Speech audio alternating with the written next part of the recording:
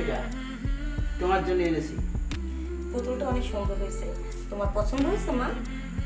শোনো, এখন থেকে দুষ্টুমি করবে না, সব সময় লেখাপড়া করবে, মনে থাকবে। হ্যাঁ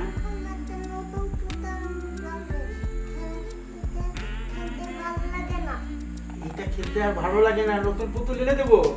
আচ্ছা ঠিক আছে, হয়তো ঠিকই বলেছে, এটা তো কয়েকদিন হয়েছে আর খেলতে ভালো লাগে না। তুমি ওর জন্য নতুন একটা পুতুল নিয়ে এসো তো। আনবো। আচ্ছা যাবো। খেলতে যাবে? আচ্ছা যাও, নিচে যাও না কিন্তু। হ্যাঁ দেখো, এই বাচ্চা কত সাধনা করেছি, আমরা আমাদের কপালে মিলাইতেছে। আমি তো প্রথম ভেবেছিলাম যে আমাদের মনে আর বাচ্চা কাচ্চা হবে না। 5 বছর পরে এই সন্তানের মুখ দেখার পরে আমার মনটা অনেক শান্ত হয়ে গেছে। হ্যাঁ, এই জন্যই তো পীরের দরবারে গিয়ে মানত করছিলাম যে ছেলে হোক মেয়ে হোক, আল্লাহ যদি আমাকে একটা সন্তান দেয়। আমি মানত করেছিলাম, আল্লাহ কবুল করেছে। যাক, ভালোই হয়েছে। ওই ইয়া কই, রাসেল গেল কোথায়? হয়তো বাইরে গেছে। বাইরে গেছে তো আমার তো একটু যাওয়া লাগে, একখানে চেয়ারম্যান সাহেব যাইতে বলছিল, বুঝছো তো। আমি কি তুমি এখানে? তুই কোথায় গেছিলি? বাইরে গেছিলাম। বাইরে গেছিলি? বাইরে কাজ থাকতে পারে না, বন্ধু বান্ধব আছে, পোলাপান আছে, আড্ডা দিছি। ওই বেশি আড্ডা বহু চলবে না, লেখাপড়া দিয়ে তুমি ধ্যান থাকে তোমার, বুঝতে পারিস? আচ্ছা এত করে বলো না তো, এই বয়সে তো একটু ঘোরাফেরা করবে।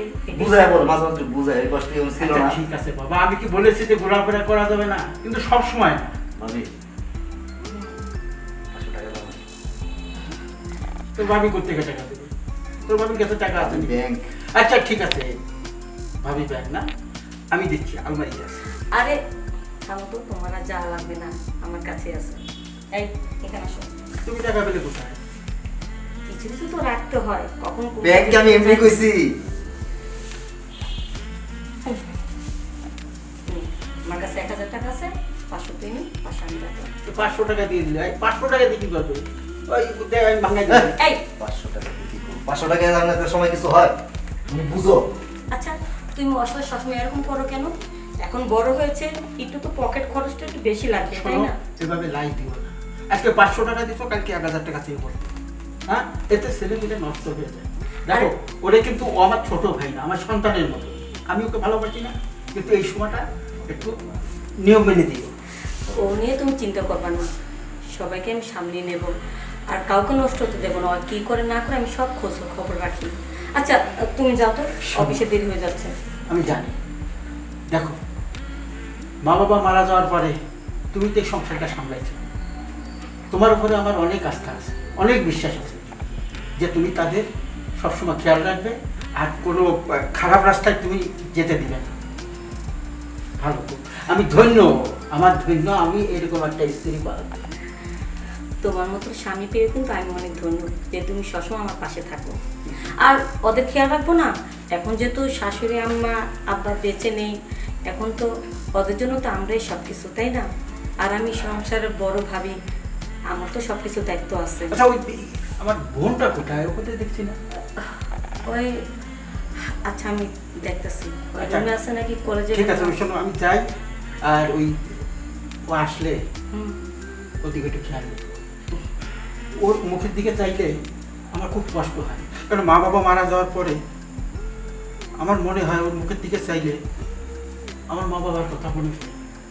ওর হাতটা আমার হাতে রেখে গেছিল, বলেছিল দেখ আজকের থেকে তুই ওর মা বাবা, হয়তো আমি বাঁচবো না। এই কথাটা এখন আমার মনে পড়ে। আচ্ছা এসব কথা বাদ দাও না, এসব কথা বলে নিজের মনে আর কষ্ট দেও না।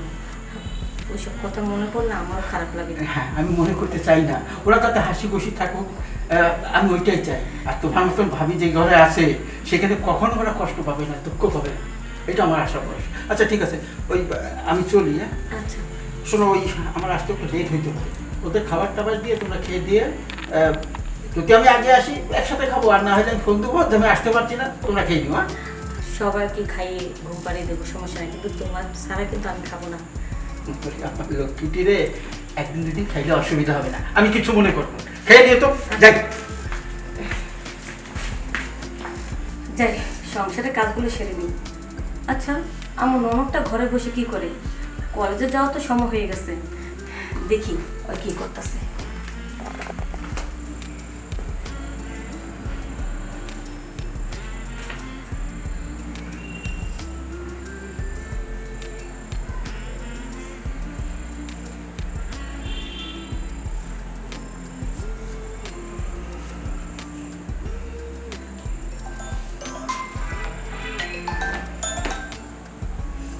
হ্যালো, হ্যাঁ বলো বলো। হ্যাঁ আমি তো দেখা করব, এই আমি বের হচ্ছি। হ্যাঁ বের হয়ে, হ্যাঁ তুমি ওই ওই যেখানে ছিলে না, হ্যাঁ হ্যাঁ ওইখানেই তো। এখন কোথায় আছো? বললাম তো আগে যেখানে, হ্যাঁ ওখানে থাকো। কোথায় আছো বলো। কি ব্যাপার সোনিয়া, তুমি লেখাপড়া বাদ দিয়ে কার সাথে কথা বলতেছো? না ওই যে মানে আমার একটা ফ্রেন্ড ফোন দিয়েছিল, মানে আমার ফ্রেন্ড ফোন দিয়েছিল। দেখো সোনিয়া, ফ্রেন্ড ফোন দিক আর বান্ধবীর ফোন দিক, যে ফোন দিক না কেন, কথা একটাই, ঠিক মতো লেখাপড়া করতে হবে। সামনে তোমার পরীক্ষা, পরীক্ষা পাশ করতে হবে। পাশ না করলে তোমার ভাই কিন্তু রাগ করবে, ঠিক আছে? না না ঠিক আছে ঠিক আছে। আর শোনো, কলেজে যাওয়ার সময় হয়ে গেছে, তুমি রেডি হয়ে নাও, আমি তোমার খাবার দিচ্ছি। আচ্ছা আচ্ছা ঠিক আছে। একটুর জন্য ধরা খাইনি, আর একটু হলে তো আমি একদম পুরো বাস খেয়ে যেতাম। তাই আমি এখন কলেজে যাওয়ার সময় হয়ে গেছে, যাই আর গিয়ে ওর সাথে দেখা করতেই হবে।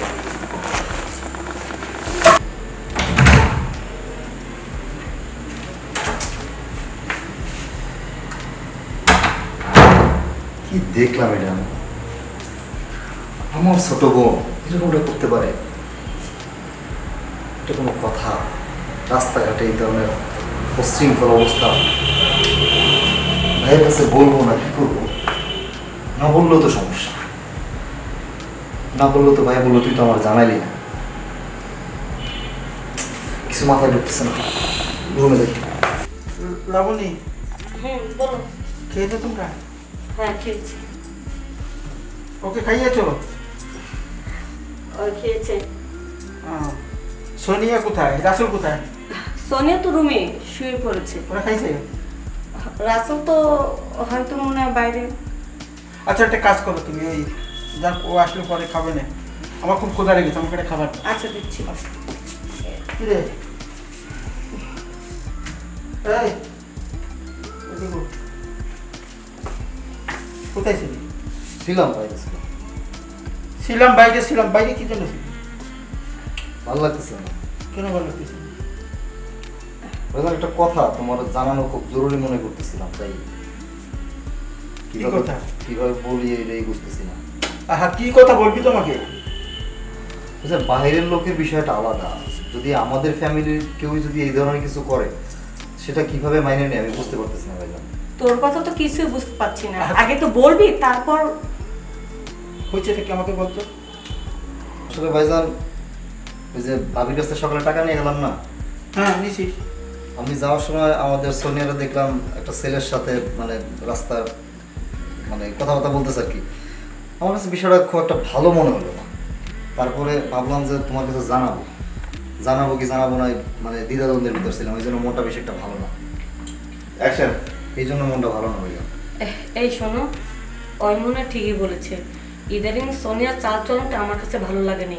এই তো গতকালকে তো লেখাপড়া বাদ দিয়ে কার সাথে যেন ফোনে কথা বলতেছে। আমি ওকে খাওয়ার জন্য ডাকতে গিয়েছিলাম, আমাকে দেখে কথা বলা বাদ দিয়ে মানে ফোনটা লুকিয়ে ফেললো। এ কথা তুমি কালকে আমাকে বলোনি কেন? আমি তো ভাবছিলাম হয়তো কোনো বান্ধবীর সাথে কথা বলে, কিন্তু ওর কথা শুনে বুঝতে পারলাম যে এত দূর যে সোনিয়া চলে যাবে এটা ভাবতে পারিনি। ভাবতে পারবে না তো, তুমি তো আজকেরা দিয়ে দিয়ে মাথায় তুলেছো। আমি যে সময় বলেছি ওদের একটু সাবধানে রেখো, আল্লাহ দিয়ে দিয়ে একবার। শোনো, এইসবের কারণ কিন্তু তুমি এসবের কারণ। আচ্ছা ভাবির সাথে সিলাবলা না করে তুমি এটার একটা সমাধান বের করো, মানে এগুলো কিন্তু আস্তে আস্তে দিন হয়তো তিল থেকে তাল হয়ে যাবে। দেখো তুমি রাগ করো না। আরে কথা বলো না তুমি, রাগ করার কথা এটা। রাগ করবো না কেন? সোনিয়া কোথায়? কি জানি রুমে আছে কিনা বলতে পারি না। এই তুমি মাথাটা ঠান্ডা করো তো, আগে সোনিয়ার সাথে কথা বলে বুঝি যে ব্যাপারটা কি হয়েছে। ঠিক আছে আমি দেখছি। সোনিয়া, সোনিয়া, এই তুমি আগে মাথাটা ঠান্ডা করো, সোনিয়ার সাথে কথা বলে বুঝো না ব্যাপারটা কি হয়েছে। সোনিয়া, সোনিয়া, হ্যাঁ ভাইয়া। এদিকে আস। আচ্ছা আসতেছি। কোনো কথা বলবি না। হ্যাঁ ভাইয়া। এদিকে আস, আমার সামনে আস। হ্যাঁ। ওই রাসেল তোর সম্বন্ধে একটা কথা বলবো, কথাটা কতখানি সত্য তোর মুখ দিয়ে আমি শুনতে চাই। কি কথা ভাইজান? কালকে কলেজে যাওয়ার সময় একটা ছেলের সঙ্গে তোকে দেখেছে। ছেলেটা কি? ছেলেটা এখন কথা বন্ধ হয়ে গেছে, আর কথা জানে না। কথা বলিস না কেন? আমি যেটা জিজ্ঞেস করছি সেটা বল। ছেলেটা মানে দেখ সোনিয়া, আমরা তোর আপনজন, আমরা চাই না যে তোর কোনো ক্ষতি হোক, তাই আমাদের কাছে সত্যি করে বল কি হয়েছে। কি বলবো ভাবি, আসলে ওই ছেলেটার সাথে আমার 2-2.5 বছর হয় রিলেশন, আর ও আমাকে বিয়ে করতে চাইছে। ছি ছি ছি ছি, রিলেশন? তুই এখন লেখাপড়া করছিস, কলেজে যাচ্ছিস, লেখাপড়া শেষ কর, তারপর যার সঙ্গে রিলেশন থাকবো তাকে দেখে, ছেলে দেখে, ভালো মন্দ, তারপরে না বিয়ের সাথে কথাবার্তা হবে। এখন তুই লেখাপড়ার সময় লেখাপড়া করবি, চাকরি করবি। ছি ছি ছি, তুই ছেলেটাকে ভালোবাসিস, হ্যাঁ ভালো কথা। এখন তুই লেখাপড়া করছিস, আগে লেখাপড়াটা শেষ কর, লেখাপড়া শেষ করে চাকরি করবি, তারপরে তোর ভালো জায়গায় ভালো ছেলে দেখে তোকে বিয়ে দেবো। আর ওই ছেলে যদি তোর পছন্দ হয়, ছেলে গার্জিয়ানের সঙ্গে কথা বলবো, ঠিক আছে? ছেলেটা আমাকে অনেক ভালোবাসে। ঠিক আছে, হয়েছে তো, কিন্তু এখন তো বিয়ের সাথে চলবে না, এখন লেখাপড়া শেষ করতে হবে। ঠিক আছে, তুই ছেলেটাকে পছন্দ করস, ভালো কথা, পরে তোদের ব্যাপারটা দেখে তোর ভাই বিয়ে সাথে দিয়ে দেবে, কিন্তু এখন আপাতত লেখাপড়াটা শেষ কর, লেখাপড়ার দিকে মন দে। আচ্ছা, না না, তোর ভাই কিন্তু ভালো কথা বলেছে। শোন, এখন বোন, আমার লক্ষ্মী বোনটি, এখন এগুলো মাথায় আনা যাবে না, হ্যাঁ? ঠিক আছে। ওই ছেলেকে আমার সঙ্গে দেখা করতে বলি, ওর সঙ্গে আমি কথা বলবো তোমার বিষয়, হ্যাঁ? আগে লেখাপড়া শেষ করো, আগে মা বাবার স্বপ্ন পূরণ করতে হবে। মা বাবা কি বলেছিল, তুই ডাক্তার হবি, এই জন্য তোকে ডাক্তার পড়াবো, ঠিক আছে? ঠিক আছে। আগে লেখাপড়া শেষ, তারপরে সব বিয়ে শেষ। আচ্ছা, ওই করো, তুই ভাত খেয়েছিস? হ্যাঁ খাবার খেয়েছি। খেয়েছিস? যা, বই নিয়ে বস, আর কোনো কথা নেই এখন, চল। আচ্ছা আচ্ছা। তো ই করো, আমার কাছে ভালো